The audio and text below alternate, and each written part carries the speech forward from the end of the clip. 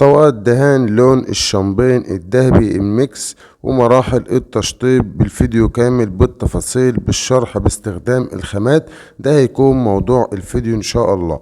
اول حاجة يا جماعة ده شغل متأسس بالياستر. اول مرحلة بنبدأ فيها في التشطيب دي يا جماعة بطانة دوكو اصفر. الكيلو البطانة الدوكو بياخد كيلو تنر، يعني بتستخدم الكيلو البطانة بتضيف عليه كيلو تنر وبتطلع بتبطن الشغل بتاعك. ما انصحكش ان انت تيجي بعد البلياستر تبطن الشغل بتاعك بالفيلر، عشان الفيلر هيمتص اللمعة والمواد بتاعة التشطيب دي يا جماعة. الشغل بعد البطانة بنكمل المرحلة بتاعة التشطيب دي يا جماعة اللي هو الدوكو الذهبي. ده دوكو ذهبي وبنضيف عليه التنر بتاعه. الكيلو البوهية الذهبي دي يا جماعة بياخد كيلو تنر، يعني بتضيف قيمة مثلا 3 كيلو ذهبي وبتضيف عليهم 3 كيلو تنر وبتطلع بتعطي وش. الميزة يا جماعة في الدوكو الذهبي ده مش الدوكو اللي احنا هنشطب بيه اللون الشامبين. ده ارضية بنرشها على البطانة الاصفر كده. احنا بنرش البطانة الاصفر، بعد كده بنطلع نرش الذهبي.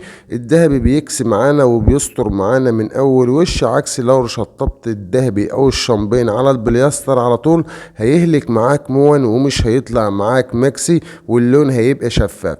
دي يا جماعة البوهية الذهبي بعد لما اتشطبت بتطلع بقى الشغل كده جاهز لمرحلة التشطيب. ده يا جماعة اللون ذهبي واللون التاني ده نحاسي. ده ذهبي دوكو. بتضيف قيمة مثلا 2 كيلو ذهبي على 2 كيلو نحاسي. الميزة في النحاسي ده اللي هو هيكسر اللون الذهبي، هيخليه ميكس كده يدخله في الجو بتاع الشامبيه. ده مش مطلوب ذهبي صريح ومش مطلوب نحاسي صريح، ده مطلوب ميكس. فاحنا بندرب اللون على ايدينا. دي يا جماعة بعد لما ضفنا الذهبي والنحاسي مع بعض بنضيف عليهم التنر. الكيلو بياخد كيلو تنر. اول مرحله بقى يا جماعه زي ما حضرتك شايف كده في التشطيب اللي هو الشامبين ده. الشامبين مش بيستر معاك على طول، يعني احنا بطلنا الارضيه الذهبي دي عشان لما نطلع نشطب اللون الشامبين اللي احنا عملناه ده فبيبتدي ان هو بيستر معاك من اول وش، وانت كده عملت طبق الدهان تستحمل ان انت ترش عليها اللون الشامبين بتاعك يعطيك ملمس ناعم ويعطيك اللون بتاعك فاتح. فبتطلع ترش بتغبر، مش بترمي مرة واحدة، انت بتغبر وش في وش لحد لما يستر اللون. دي يا جماعة التثبيت. ده ورنيش دوكو فاتح اسمه ورنيش بورسعيد. الكيلو بياخد كيلو تنر، يعني كيلو ورنيش على كيلو تنر. الميزة بقى في الورنيش ده يا جماعة ان هو بيثبت الصدفة بتاعة الشامبين. زي ما احنا قلنا احنا عملنا الشامبين من لون ذهبي ومن لون نحاسي، بس بيبقى مصدف لان المادتين دول عليهم بودرة. فاللي بيثبت البودرة ده اللي هو الورنيش الدوكو الفاتح اللي هو الشفاف. كده بنخش في مرحلة في مرحلة الباتينة. دي يا جماعة انابيب باتينة، الرقم بتاعها 409 عشان الناس اللي بتتابعنا لأول مرة. في فيديو مخصص لطريقة عمل الباتينة ولطريقة استخدامها. عشان ما اطولش عليك في الفيديو، انت بتطلع تفرد الباتينة كده على الشغل، وبعد كده بتبتدي بقطعة الفايبر وبتبتدي ان انت بتشف الباتينة بحيث ان انت بتوحد اللون بتاعك على الشغل. وبتبتدي ان انت يعني بتوصل للدرجة اللي انت محتاجها. عايز غامق بتغمق، عايز فاتح بتشف بالفايبر. دي يا جماعة مرحلة اللي انت بتملي الباتينة بتاعتك بتفردها على الشغل، فبتبتدي تحس ان هي متلطشة كده على الشغل. بعد كده بتجيب قطعة الفايبر وبتبتدي ان انت بتشف الباتينة. الغرض مش ان انت تشتري الباتينة، الغرض ان انت تدخن الباتينة بتاعتك. بعد كده بعد الفايبر بتوحد اللون بتاعك بالفرشة. دي اللي هي مرحلة التنعيم عشان الباتينة ما تبقاش ملطشة. كده بتستخدم قطعة بطانة او قطعة قماش وبتبتدي ان انت بتمسح الحاجات اللي انت بتحتاج ان انت تنورها، مش بتحتاج اللي انت تكون فيها باتينة.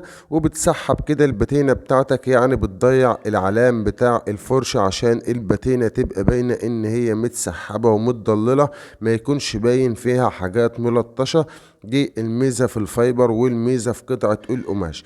بعد كده بقى بتبدأ في مرحلة التثبيت. الباتينة بتثبت يا جماعة بعد لما بتبتن بحركة مثلا 3 أو 4 ساعات عشان تحافظ على الباتينة ان هي ما تشفش. طب بتثبت الباتينة بايه؟ بنفس الورنيش اللي احنا ثبتنا بيه الشامبين، اللي هو ورنيش الدوكو الشفاف. الكيلو بياخد كيلو تنر.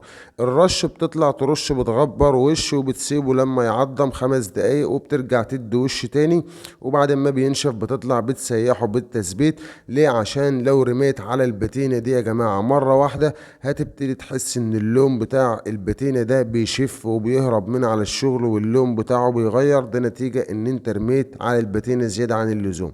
بتخش في مرحلة الورنيش دي يا جماعة، ورنيش زجاجي او ورنيش فرن، عشان تحافظ على اللون الشامبين والبهية بتاعتك ان هي اللون بتاعها يفضل ثابت وما يغيرش. ما انصحكش ان انت تثبت او ما انصحكش ان انت تشطب بورنيش اللي هو الورنيش المط او ورنيش مجموعة، عشان الشامبين بتاعك اللون بتاعه هيغير. دي يا جماعة الورنيش الفرن. برضو انا عامل طريقة عمل تخفيف ورش الورنيش الفرن داخل فيديو مثبت داخل القناة، هسيبهولك داخل صندوق الوصف. الرش يا جماعة انت بتستخدم المسدس بتاعك، مسدس ورنيش، وبتطلع بترش وش في وش كده لحد لما تحس ان الطبقة دي بقت طبقة زجاجية، تحس ان السطح بتاع الشغل كده تحس ان هو سايح، بحيث ان انت لما تيجي بعد الرش تمشي ايدك على الشغل بتاعك تلاقي الشغل بتاعك سايح. اما حضرتك لو استعجلت في الرش والشغل ما اخدش حقه، بالتالي هتيجي بعد التشطيب هتحس ان الشغل بتاعك محبب وتحس ان الشغل بتاعك مخيم ومعطش. ده نتيجة ان حضرتك استعجلت في الرش وما اديتش الكمية المناسبة. دي يا جماعة بعد التشطيب بيوصل زي ما حضراتكم شايفين كده. حضرتك عاوز تتابع المراحل بتاعة التأسيس، هسيب لك الرابط داخل صندوق الوصف. ولو بتتابعني لأول مرة اشترك وفعل زر الجرس عشان يوصلك كل جديد، ونشوفكم في فيديو جديد إن شاء الله، وشكرا.